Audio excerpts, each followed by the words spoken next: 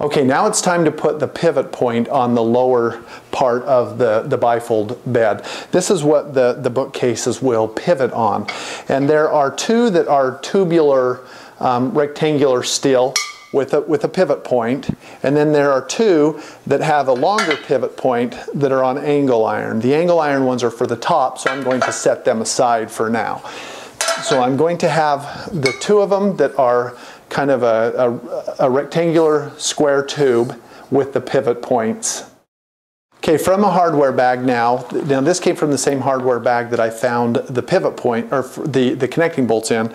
There are 8 2-inch long bolts that have a tapered end, and then they will also have a flat washer and a 1/2-inch nylock nut, and that's how we're going to connect the lower pivot points to the sideboards. This pivot point is going to go in like this, and you will see that the metal bar has 4 holes that correspond with the holes that are coming through the bottom of the sideboard.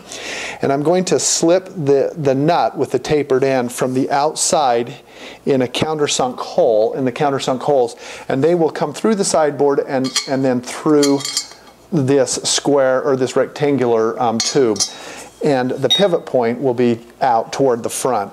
Now, if you're installing this on carpet, your helper will slightly have to lift the sideboard so that you can line the holes up, and also so you don't get carpet caught between the two parts when you tighten them up, because you'll need to shift this back or forth. So Eric's just going to slightly lift this sideboard, and I'm going to slide that bolt through, and I'll work my way back with the other 3. Okay, I've worked all these bolts through the sideboard and through the pivot arm, and now I'm just going to put the nut in place.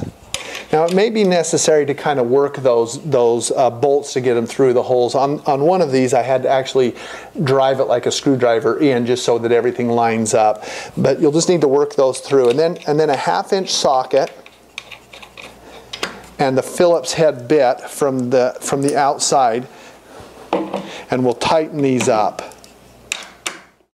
Okay, now I'm going to tighten these up till the head of this tapered end bolt is flush with the sideboard, and I'm holding it on the other side with the socket. I've also verified that I'm not getting the carpet caught between the two parts, so that I can adjust this after the fact.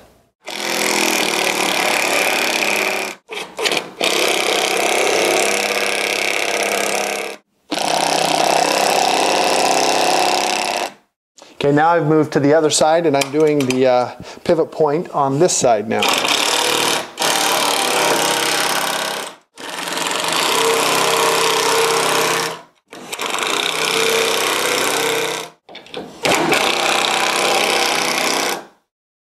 Now we're going to move the cabinet back to the wall. And then it's important that the cabinet be centered around the yoke so that everything will work properly. So once we get the cabinet against the wall, now I'm going to measure between the side of the cabinet and the yoke and get the measurement the same.